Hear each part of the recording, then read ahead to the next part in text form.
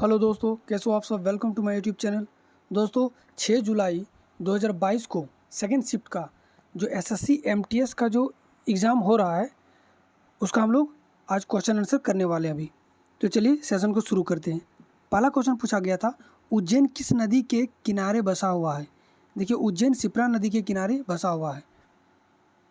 अगला क्वेश्चन है, हड़प्पा सभ्यता की बृहद स्नानागार कहाँ पाया गया है।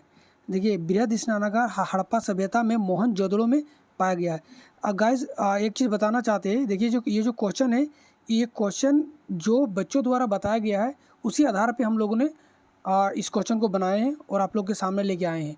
देखिए, इस क्वेश्चन में कुछ मतलब आगे पीछे हो सकता है थोड़ा सा, तो अगर ऐसा कुछ भी अगर गलती आप लोग को लगे तो प्लीज़ कमेंट में आप लोग बता दीजिएगा। और अगर कोई बच्चे का एग्ज़ाम है और अगर वो दे के आए हैं तो अगर कोई क्वेश्चन न्यू है ऐड करना चाहते हैं आप लोग, तो वहाँ पे आप लोग कमेंट में बता दीजिएगा। इसे हम जब तीनों शिफ्ट का एक साथ लेके आएंगे तो उस पर हम ये मेंशन कर देंगे। तो चलिए आगे बढ़ते हैं। अगला क्वेश्चन है, माधवी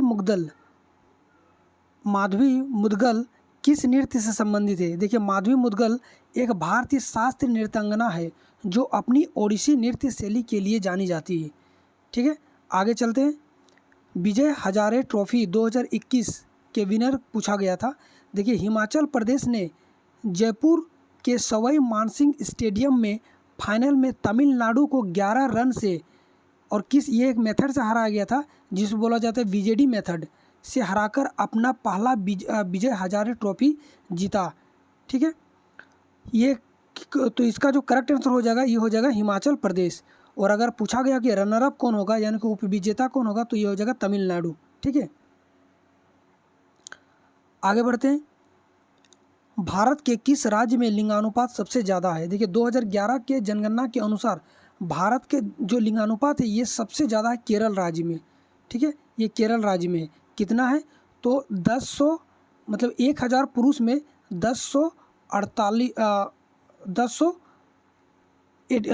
1084 महिलाएं हैं।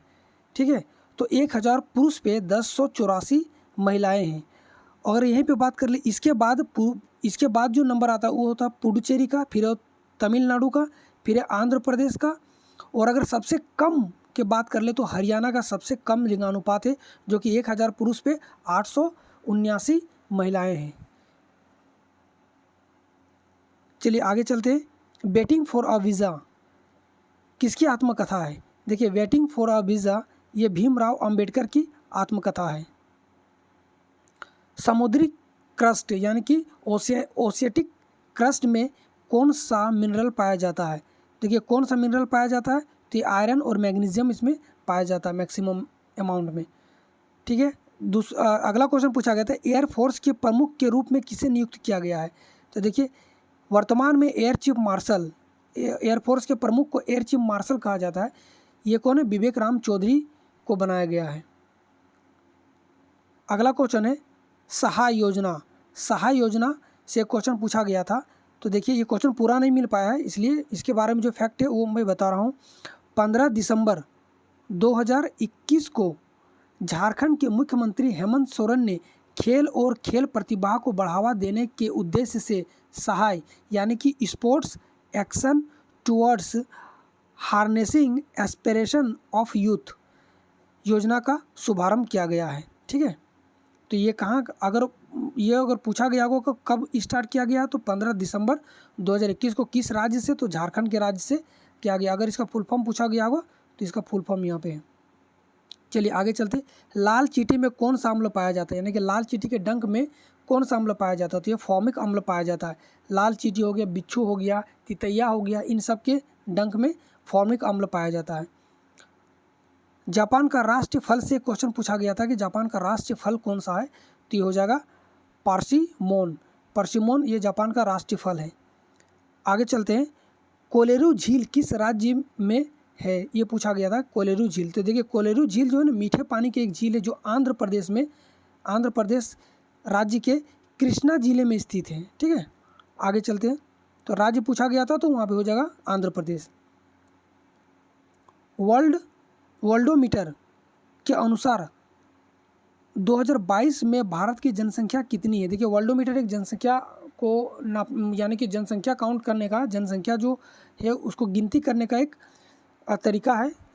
तो वर्ल्डोमीटर के अनुसार 2022 में भारत की जनसंख्या कितनी है, तो लगभग 140 करोड़ है, लगभग 140 करोड़। अगर इसको पूरा अगर देखा जाए तो 1,40,71,62,62,89 ये इतना इसका जनसंख्या भारत का।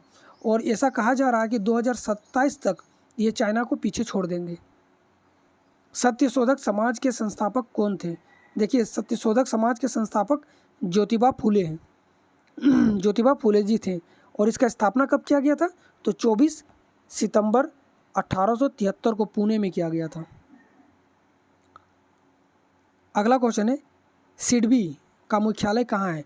सिडबी ये है small industrial development bank of India, ठीक है, small industrial development bank of India इसका फुल फॉर्म है। और इसका जो मुख्यालय ये है लखनऊ में। इसका स्थापना किया गया था 2 अप्रैल 1990 को। अगला क्वेश्चन है ब्रह्मपुरेश्वर मंदिर कहाँ स्थित है। देखिए तमिलनाडु के त्रिची के पास थिरुपत्तूर में स्थित है, ठीक है।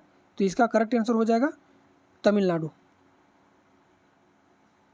राज्य के नीति निर्देशक तत्वों को किस देश के संविधान से लिया गया था, तो ये आयरलैंड के संविधान से लिया गया है।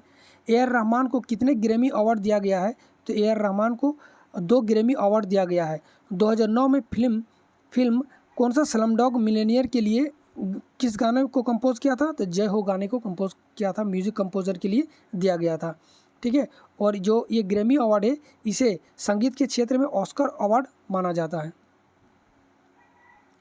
निम्नलिखित में से तुगलक वंश के शासकों को सही क्रम में सजाएं। देखिए तुगलक वंश के 4 शासक को दे दिया था और उसका सही क्रम बताना था। देखिए ऑप्शन तो नहीं मिल पाया, लेकिन जो तुगलक वंश के जितने भी शासक हैं, देखिए तुगलक वंश का जो ये जो काल था ये 1320 से लेकर के 1413 तक इसका कार्यकाल था, ठीक है। तो और देखिए तुगलक वंश का जो सबसे पहला, अगर जो भी आप लोग को 4 ऑप्शन में था उस हिसाब से आप लोग मिलाइए। गयासुद्दीन तुगलक जो 1320 से 25 तक रहा, मोहम्मद बिन तुगलक जो कि 1325 से 51 तक रहा, फिरोज शाह तुगलक 1351 से 88 तक रहा, मोहम्मद खान जो कि 1388 में ही आया था, गयासुद्दीन तुगलक शाह द्वितीय जो कि 1388 में ये भी था, इसके बाद लेकिन आया था, ठीक है। और अबू बाकर 1390 से लेकर के 90 तक में था। और नसीरुद्दीन मोहम्मद ये आया था 1390 से 94 तक के। हुमायूं 1394 से 95 और नसरुद्दीन मोहम्मद यह आया था 1395 से लेकर के 1412 तक।